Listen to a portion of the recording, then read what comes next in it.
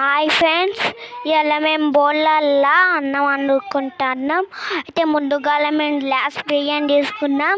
తర్వాత బాగా కలిపినాళ్ళే నీళ్ళు పోసి పొయ్యి పైన పెట్టినాం. గ్లాసు బియ్యము 2 గ్లాసుల నీళ్ళు కలిపి పెట్టుకున్నాం రెడీగా. ఇప్పుడు మనము స్టవ్ అంటిస్తున్నాం ఫ్రెండ్స్. ఇప్పుడు గంజుని పొయ్యి పైన పెట్టాలి. పెట్టేస్తున్నాం గంజుని. ఇప్పుడు కలపాలి ఫ్రెండ్స్, ఎందుకంటే టేస్ట్ మంచిగా వస్తుంది అన్నట్టు.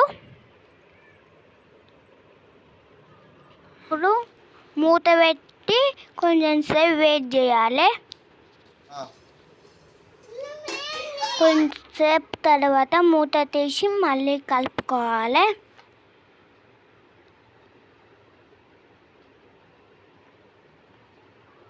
మంట తక్కువ చేసి ఇప్పుడు కొంచెంసేపు కలుపుకోవాలి ఫ్రెండ్స్. అన్నము చూస్తే అన్నం గిలా రెడీ అయిపోతుంది ఫ్రెండ్స్.